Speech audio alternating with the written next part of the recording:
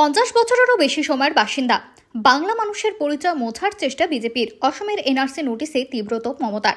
কোচবিহারের দিনহাটার সাদিয়ালের কুঠির বাসিন্দা Uttam Kumar ব্রজবাসীকে NRC notice. ফুঁসে উঠলেন মমতা। অসমের বিজেপি সরকার বাংলা এনআরসি চাপানোর চেষ্টা করছে। ফেসবুকে বিস্ফোরক পোস্ট মুখ্যমন্ত্রী মমতা বন্দ্যোপাধ্যায়ের। কোচবিহারের দিনহাটার বাসিন্দা উত্তম কুমার ব্রজবাসীকে অসমের ফরেনার্স ট্রাইব্যুনাল এনআরসি নোটিশ ধরিয়েছে। সেই ঘটনায় মুখ্যমন্ত্রী কড়া আক্রমণ কেন্দ্রের বিজেপি সরকারকে।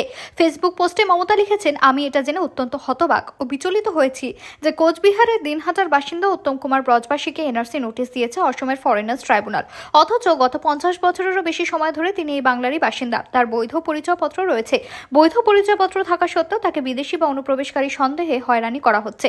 তৃণমূল সুপ্রিমো মমতা বন্দ্যোপাধ্যায়ের চাঁচা ছোলা তোপ।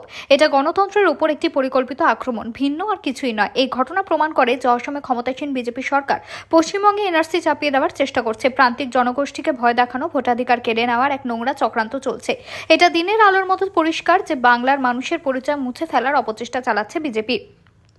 মমতার জবাবে আশ্বস্ত উত্তম। ওদিকে মুখ্যমন্ত্রীর তীব্র জবাবের পর অবশেষে কিছুটা হলেও আশ্বস্ত অসম থেকে এনআরসি নোটিশ পাওয়া দিনহাটার সাদিয়াল কুঠির বাসিন্দা উত্তম কুমার ব্রজবাসী। উত্তম জানান, রাজ্যের মুখ্যমন্ত্রী এই ব্যাপারে হস্তক্ষেপ করায় প্রশাসন যথেষ্ট তৎপর হয়েছে। এতদিন তার জাতিগত শংসাপত্র না থাকায় আপাতকালীন পরিস্থিতিতে তা তৈরি করে দিচ্ছে প্রশাসন। এবার সমস্যা সুরাহা হবে বলে আশা করছেন তিনি।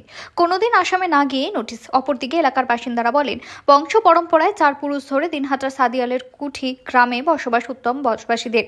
এলাকার সবাই ব্রজবাসী, তাই পাড়ার নাম বৈরাগীটারি। কোনোদিন আসামে যাননি। এদিকে তার কাছে অসমের ফরেনার্স ট্রাইব্যুনালের এনআরসি নোটিশ। এলাকার ছেলের নামে নোটিশ আসায় ক্ষোভে ফুঁসছে এলাকাবাসীও। তাদের কথায় উত্তম এলাকায় যথেষ্ট আর্থিকভাবে সচ্ছল। তারা 2 ভাই। উত্তমের বাবা একসময় নির্দল পঞ্চায়েত সদস্য হিসেবে গ্রাম পঞ্চায়েতের উপপ্রধানও হয়েছিলেন। তাই তাদের নামে কি করে নোটিশ আসে? কোচবিহারের দিনহাটা রাজবংশী সম্প্রদায়ের উত্তম কুমার ব্রজবাসীকে অসমের ফরেনার্স ট্রাইব্যুনাল এনআরসি নোটিশ ধরানোয় তীব্র ক্ষোভ প্রকাশ করেছেন মুখ্যমন্ত্রী মমতা বন্দ্যোপাধ্যায়। মঙ্গলবার এক্স হ্যান্ডেলে পোস্টে তিনি এই ঘটনায় গভীর উদ্বেগ ও বিস্ময় প্রকাশ করে প্রশ্ন তোলেন, কেন 50 বছরেরও বেশি সময় ধরে পশ্চিমবঙ্গে বসবাসকারী এবং সমস্ত বৈধ পরিচয়পত্র থাকা সত্ত্বেও একজনকে এই ধরনের নোটিশ পাঠানো হলো। মুখ্যমন্ত্রী এই ঘটনাকে গণতন্ত্রের উপর একটি পরিকল্পিত আক্রমণ এবং পশ্চিমবঙ্গে বিজেপি সরকারের এনআরসি চাপিয়ে দেওয়ার অপচেষ্টা হিসেবে আখ্যায়িত করছেন। মমতা বন্দ্যোপাধ্যায় উল্লেখ করেন, এটি প্রান্তিক জনগোষ্ঠীকে ভয় দেখানো, ভোটাধিকার কেড়ে নেওয়া এবং তাদের লক্ষ্যবস্তু করার একটি পূর্ব পরিকল্পিত চক্রান্ত।